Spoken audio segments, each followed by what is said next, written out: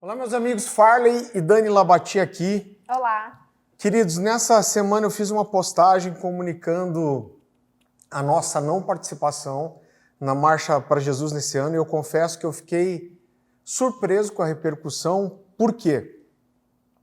Nós somos pastores de uma pequena igreja aqui em Santa Felicidade, Curitiba, e apesar de eu ter sim uma história na cidade, né, eu sou curitibano, eu estou no ministério há muitos anos e eu já preguei em inúmeras igrejas em Curitiba e na região metropolitana, mas apesar disso, como eu disse, eu sou pastor de uma pequena igreja, eu não tenho nenhuma grande representatividade na cidade, eu não faço parte da liderança de nenhum conselho de pastores da cidade, eu não represento a ninguém, a não ser a mim mesmo, e a família espiritual que Deus me deu, que é a Cornerstone Curitiba. Eu participei de algumas das primeiras edições da Marcha para Jesus, quando eu era garoto ainda, eu acredito que em 94, 95, 96. E eu fiquei alguns anos sem participar. E eu acho que eu voltei a estar presente há pouco mais de 10 anos, talvez. E eu confesso que apesar de eu ter várias restrições e desconfortos em relação a um cunho político estar sempre envolvido com a marcha, eu voltei a participar, eu incentivei nossas ovelhas, nossos discípulos a participarem em nome da unidade. Esse ano mesmo, nós tínhamos uma escola aqui, com o pastor Fábio Coelho, na mesma data, e a gente chegou a mudar a data do evento para que a gente pudesse participar da marcha. Verdade. Nós sempre fomos incentivadores e acreditando na unidade da igreja e todo o movimento profético que acontece nesse dia da Marcha para Jesus. Eu, particularmente, como adolescente, sempre fui muito animada para a marcha e confesso que, conforme o tempo foi passando, alguns desafios surgiram, como perceber pessoas que carregavam as suas bandeiras, as suas igrejas nas costas, faziam dancinhas com o nome da sua igreja e, mesmo assim, nós permanecemos. Cada um vai lidar com a forma que acredita e eu acredito que igrejas que estão comprometidas com Jesus estão lá representando a sua casa, a sua família espiritual e esse é o propósito de levantar o nome de Jesus com os seus membros da casa. Então, nós permanecemos sempre firmes, apesar, como Farley falou, de ver esse cunho político e também de algumas pessoas levantando mais o nome da sua igreja do que o nome de Jesus. Mas nós acreditamos realmente no poder que tem de liberarmos uma palavra sobre a cidade, orarmos pela cidade e sempre estivemos lá. Mas realmente a minha ausência e a ausência da Cornerstone não fazem diferença nenhuma na realização de um evento do tamanho da marcha. Apesar disso, houve-se uma repercussão por causa da minha postagem e muitos amigos e pastores entraram em contato. Eu acho que isso demonstra, de alguma forma, que a gente tem algum nível de relevância, mesmo que seja em meio a um pequeno grupo de pastores que nos conhecem e nos respeitam. Então, quando eu fiz a postagem, eu realmente fui limitado em relação a algumas coisas, talvez tenha errado em relação a algumas coisas. Então, eu fui realmente genérico em alguns posicionamentos. E isso acabou trazendo desconforto para alguns pastores que estão envolvidos com a marcha e não mereciam serem colocados no mesmo pacote. Alguns homens de Deus íntegros, que nós respeitamos, alguns que nós admiramos. Então, o meu objetivo com esse vídeo é trazer um esclarecimento em relação ao meu posicionamento na minha postagem. Eu gostaria de começar isso da seguinte forma. Vocês vão ver que logo eu vou amarrar todas essas coisas.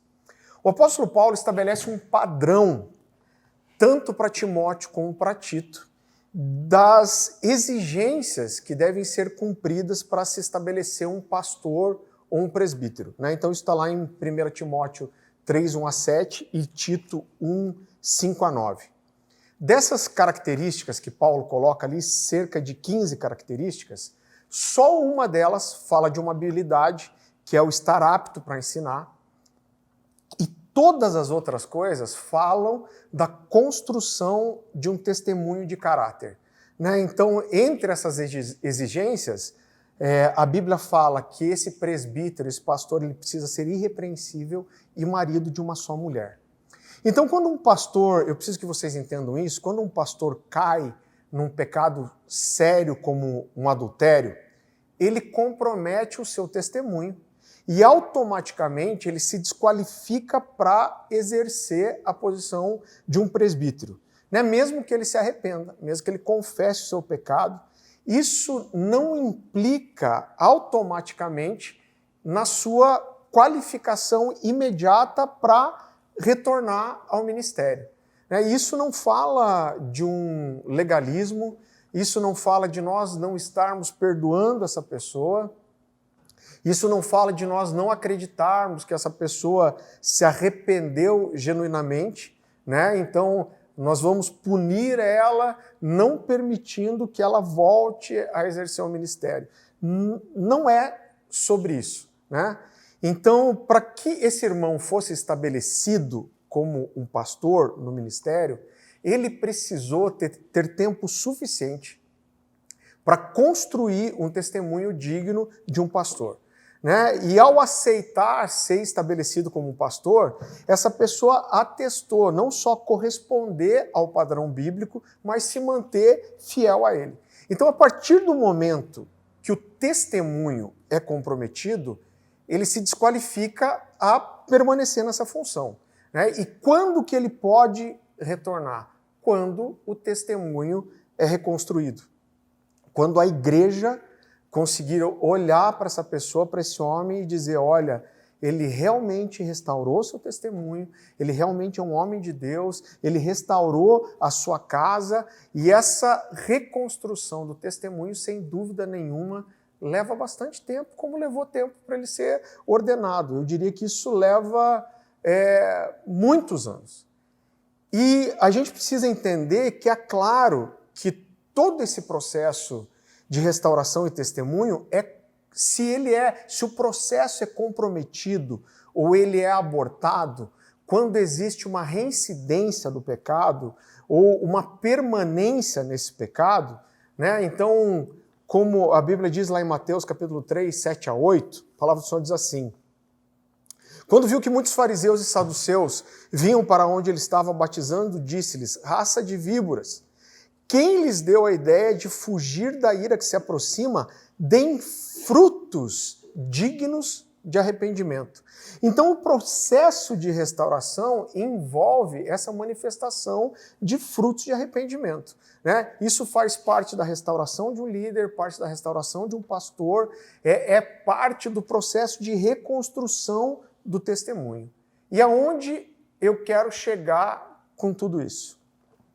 A liderança da Marcha para Jesus em Curitiba decidiu permitir o envolvimento na realização do evento de uma pessoa infelizmente, com testemunho não apenas comprometido pelo pecado, pelo adultério, mas que claramente não correspondeu ao processo de tratamento, nem de restauração da família, culminando inclusive no divórcio.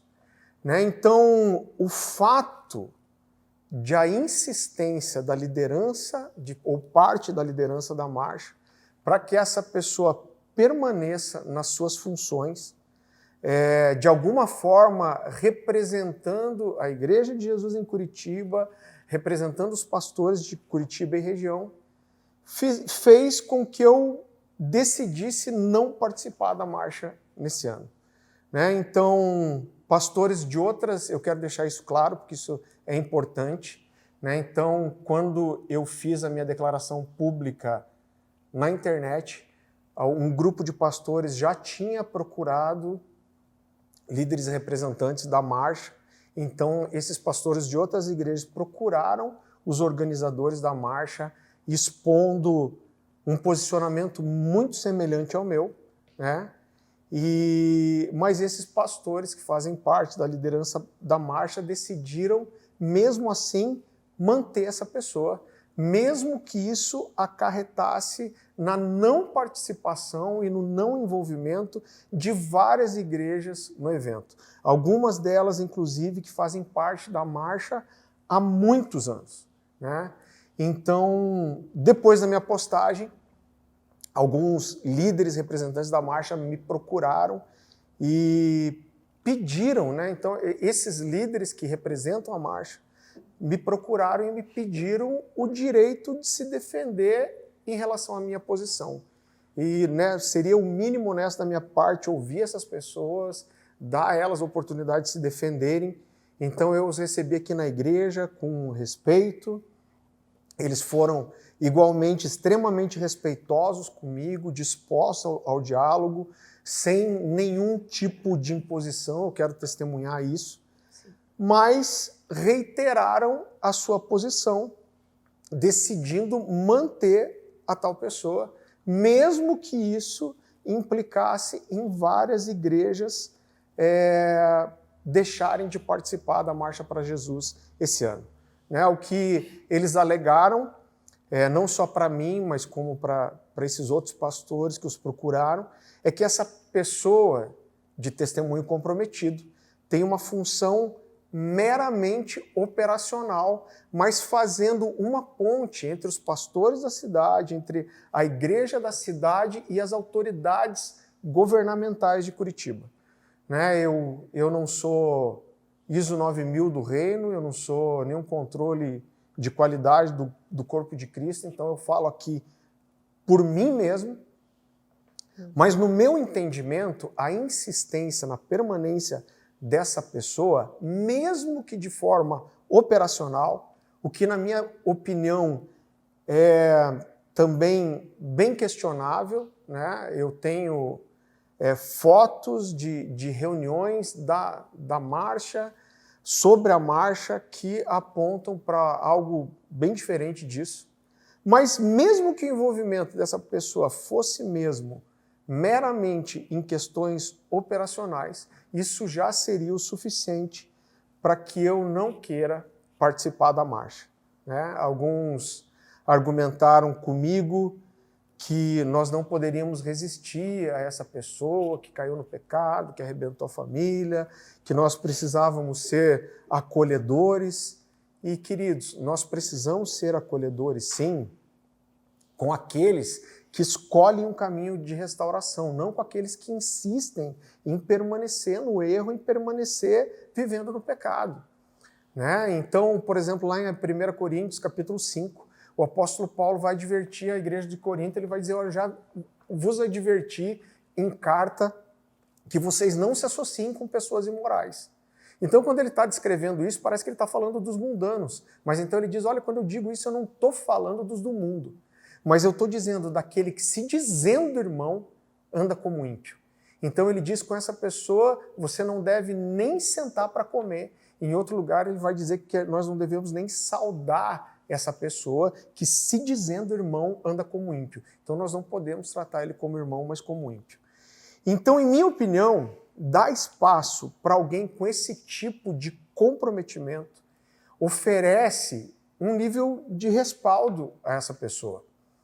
E a verdade, queridos, é que isso fere a igreja, isso escandaliza os pequeninos, e isso mostra, na minha opinião, que o nosso padrão de moral, como pastores, como igreja, o nosso padrão de moral e principalmente o nosso padrão de zelo com as coisas do Senhor está comprometido.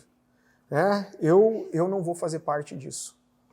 Quando eu recebi na terça-feira a visita desses representantes da marcha, eu pude expor para eles, diretamente para eles, cada um desses pontos. Então eu não estou falando nada aqui que eu não tenha falado para essa liderança.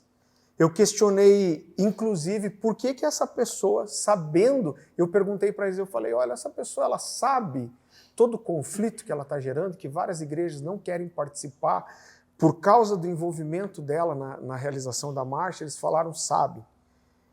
E eu questionei eles, eu falei, por que essa pessoa, sabendo de todo esse contexto e possível divisão, não assume a responsabilidade e decide por si mesmo deixar todo o envolvimento com a marcha, visando a reconstrução do seu testemunho, a unidade da igreja, né, uma vez que ela é parte central de toda essa questão. E eles respeitosamente me ouviram, quero dizer aqui que eles me deram liberdade para falar tudo que eu queria, ficaram cerca de 2h30 conosco aqui. Então eles me ouviram com atenção, me deixaram falar, mas eles não mudaram o seu posicionamento, o que eu também não fiz. Eu entendo que a unidade é uma coisa maravilhosa, mas eu entendo que a unidade ela não pode ser buscada a qualquer custo. O que eu quero dizer com isso? Se eu estiver me unindo em uma decisão que eu entendo como reprovável, que eu entendo como fora dos padrões bíblicos, eu com isso não vou estar promovendo a unidade, mas eu vou estar promovendo a conivência, eu vou estar promovendo a falta de zelo e, na verdade, eu vou estar promovendo a hipocrisia por respaldar algo que eu claramente, dentro do meu entendimento bíblico, reprovo. Né? Alguns questionaram o fato de eu ter feito essa comunicação pública, né?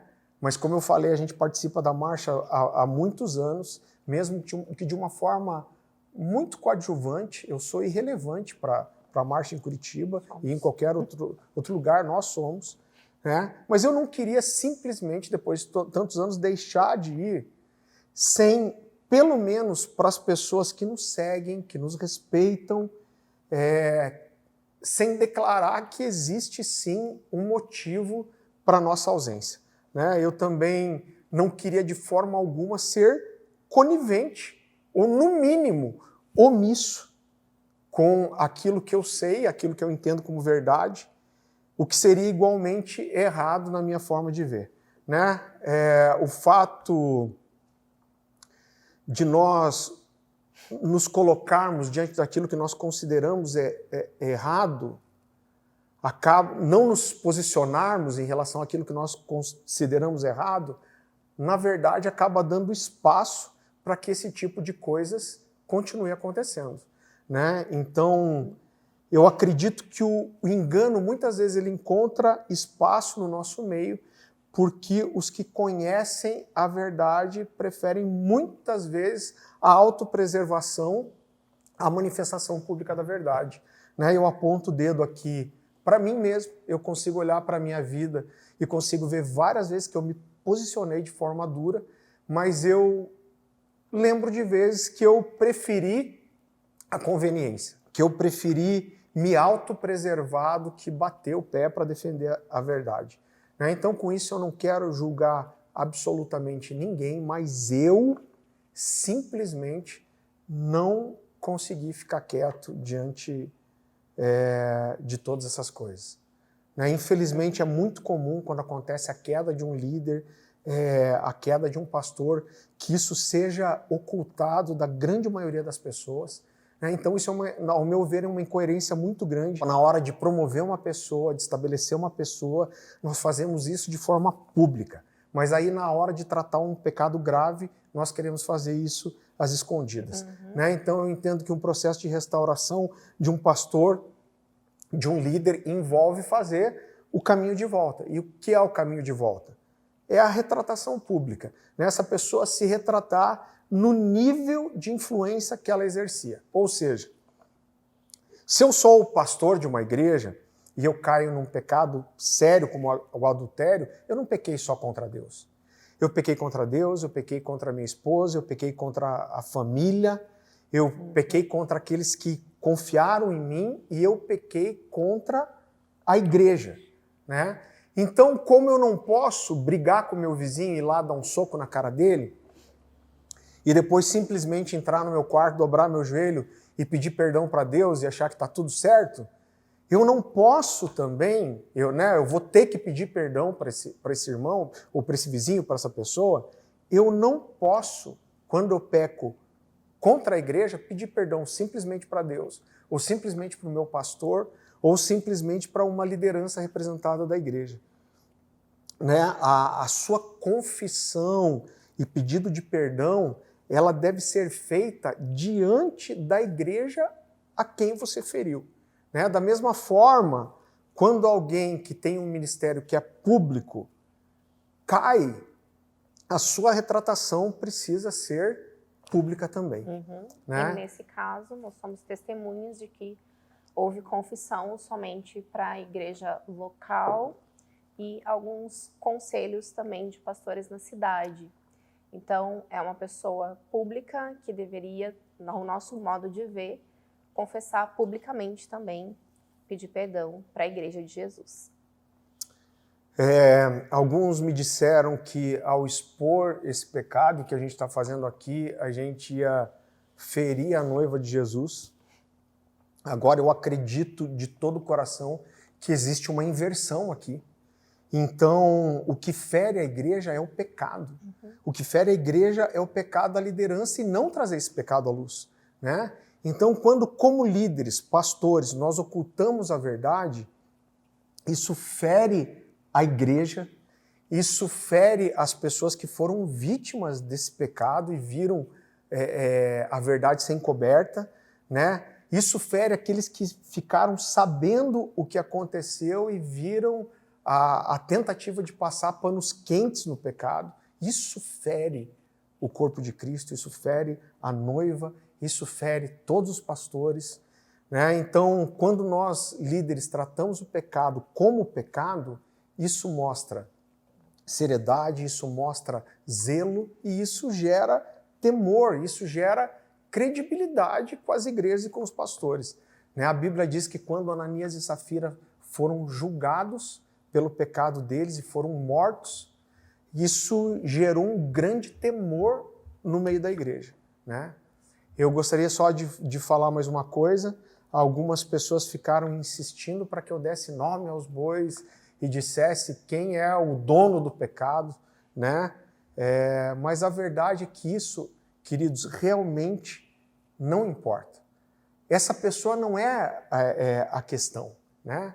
Então, o que eu estou questionando é a forma que nós, líderes, nós que representamos a igreja, lidamos com essa situação, né? Então, o que eu estou questionando é a forma certa de nós lidarmos com essa situação. Eu não estou discutindo a pessoa, eu estou discutindo o procedimento. Eu espero de coração que essa pessoa encontre um lugar de arrependimento, que ela restaure a sua família e principalmente o seu relacionamento com o Senhor. Né? Ninguém precisa concordar comigo, ninguém precisa concordar conosco, mas eu tenho as minhas convicções. Romanos 14, 22 diz que bem-aventurado é aquele que não se condena naquilo que aprova. Eu quero pedir perdão para aqueles que eu feri de alguma forma, né, que se sentiram jogados aí no mesmo balaio, no mesmo pacote. Né? Eu acredito que, como eu disse, muitas vezes o nosso silêncio ele acaba dando espaço para que as coisas erradas sejam feitas.